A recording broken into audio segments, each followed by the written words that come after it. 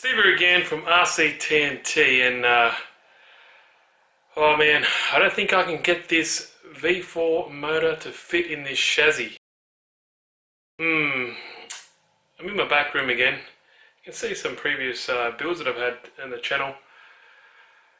I think it's just a little bit too big, the motor for this chassis. I thought it might be a bit big, big enough, but I don't think it is. Damn it. I have to do a custom chassis, I think, and leave this one. Well, I can do a single cylinder like I've done with the other two, but just make it, and this one just a basic electric. But let me know what you guys think. So here's where I'm at. I have done a lot of work, as you can see. I've put the basic chassis together and the leaf springs and all the axles and all that kind of good stuff. And there is the motor. Now roughly that is where the motor would need to sit. And as you can see, it's fairly large. Now it's got to have the box up here. As you can see, the hood's got to go out the front here, which is probably even further. Now this motor's probably got to sit back a little bit more like that. And you got to remember as well that it's got a huge flywheel on it, obviously, and it needs it to keep it at a decent idle when it's obviously lower RPM, so it doesn't stall out. But that's roughly where you would need it to go. You can lower it another probably 10 millimeters, and then you've got to cut out or notch out the C channel chassis there from up top.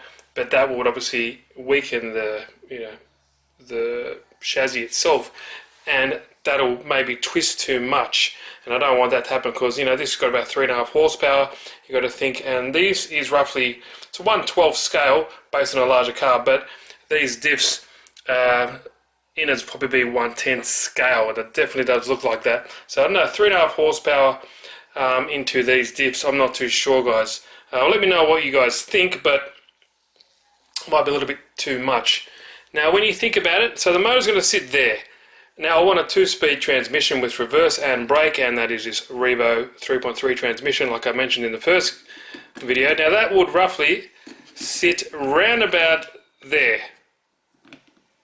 Now the problem that lies straight away is that the bottom half or the bottom part of the transmission hits the lower or the front drive shaft just there, so that's going to be an issue as well. And I want to try to keep everything as low as possible, obviously for weight distribution and for center of gravity and all that kind of cool stuff. Not going to be flying like a race car, but still I don't want it too high. Now let me put the body on. Roughly probably goes around about there ideally. But as you can see, it's already butt up against it. Now that's cool for a firewall because it does look realistic, but I still need to fit a lot of things in there, and the scale just doesn't look right. Now also I wanted to try keep some of the interior, but that's not going to happen. The problem is the transmission is big, obviously, as well, which you need it. You want something decent to handle that type of power, and that's going to sit roughly around about there if it was to be installed. But there's much more that goes on with these as well. You obviously need a fuel tank. They've got to have a fuel tank, and I want everything to be hidden. So you need a fuel tank, you need a servo for the front, you also need a servo for the throttle, and you also need for the brake, and you also need a servo for the reverse as well. Now try to make that all fit into this small confined space is definitely going to be a challenge, and I don't think that it actually is possible, because I don't want to shift this transfer case, because as you can see on the King Kong, is it the King Kong? Yeah, King Kong, weird name I know. It has this, each rear axle has its own drive shaft, as you can see there. So one there, it runs up all the way through this little, like what's that, a jack shaft, up into this transfer box, and then it comes off again into the middle one. So you got the rear, middle and front. Now it's all 6-wheel drive, obviously. Now it all works fairly nice, as you can see, all spins. Now just on that, the quality of this kit is amazing. The only thing I don't like is these little scale screws are just here. I can see if I can get focus on that. Where is it? There it is there.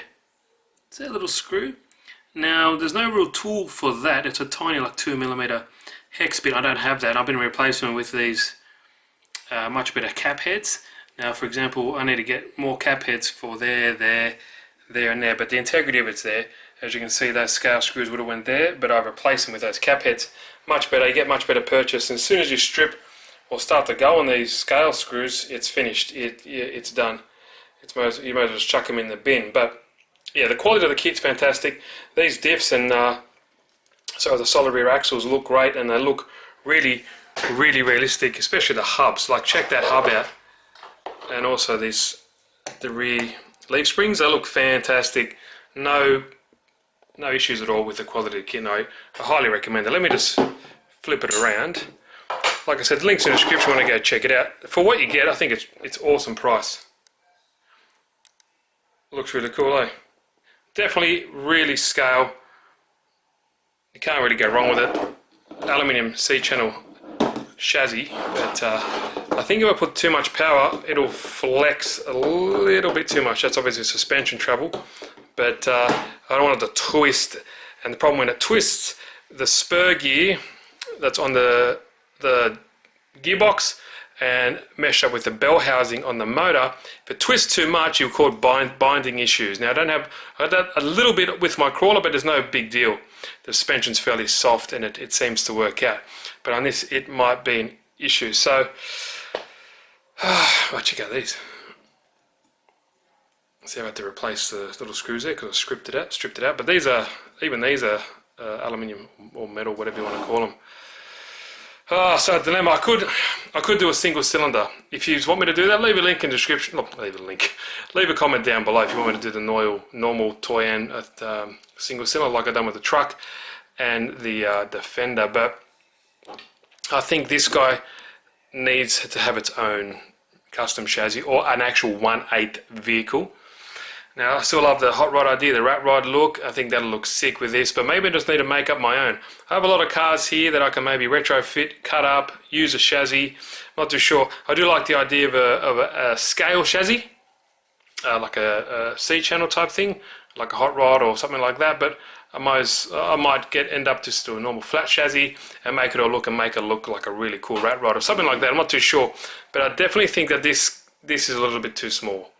As you can see, it's just massive, but I want to try bend the rules a little bit. I have with the other cars, I made them work. I'd definitely be able to make this work on another larger platform. I just think it was a little bit too ambitious considering the size. These are really roughly 1/10 scale drive shafts and axles and diffs and all the gears and stuff there, so I'm not too sure if it'll be up to the task that guy will be pumping out. But please let me know what you guys think.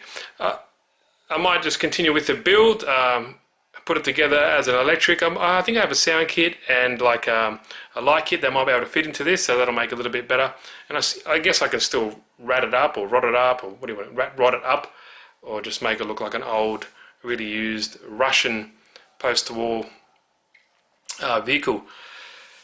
Yeah, the struggle's real, guys. I really wanted to do something, and I just think it's not enough room. But let me know what you guys think in the comments down below. What other chassis do you think that this will fit? What other 1/8 scale chassis do you reckon that this larger motor will fit in? I really like and value your guys' opinions. Or what other car do you think this would work in? Because don't forget, there's a lot of work that you don't see, like like I said, the servos, the linkages, the brakes, all that kind of stuff. You need to fit it in there to make it look scale. I just don't want to have the shit lying around everywhere. I like to make it look like semi RTR, that you could buy it like that. So yeah, what do you guys think? I know a lot of you guys wanted me to put it in, where is it, into that guy there, or the actual, do you guys remember this, or the drifter? But the single cylinder even was a stretch to get into that, even with this, because these are both 1/10 as well.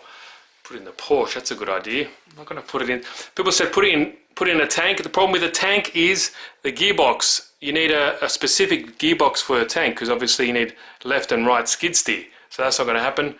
I've got that Toyota body up there, but that's 1/10 as well. 1/10 scale, and these two minis, I don't think it's going to work in those either. I was thinking this as well. I have the Bomber here as well, but that's more 1/10 scale, and it's a lot of farting around and stuff like that with that cage. You don't want to mess it up too much. Yeah, I know. Check that bad boy out. That's pretty old. It's a Lola T94 to I think 94 to 00 Honda. Beautiful IndyCar kit. But okay, sidetracked. Yeah, I just think it's a bit too big. So as you can see, look at the size of it. If you go like this, look how big, look how big it is. It looks sick as well if you had to like lower it and stuff. But I just think it'd be too much torque, power for this chassis, and it might have too much headache and bullshit mucking around with it trying to get it to work than actually using it, and we don't want that. And I definitely want to do a project with this, so please guys, let me know in the comments what you think and what other candidate or something else that I can use for that. Muchly appreciated. Like always, I really appreciate your comments. If you like the video, give it a thumbs up. If you haven't, please subscribe. It's free. And also share the video. Share these adventures along with your friends and stuff like that. You know, might get them inspired to do something else as well. And look, I'm not the best at this, nowhere near it, but I just give it a go. And if it works, it works. And the main thing, have fun doing it at the same time. So thanks guys. Hope you enjoyed the video, and I'll see you in the next one.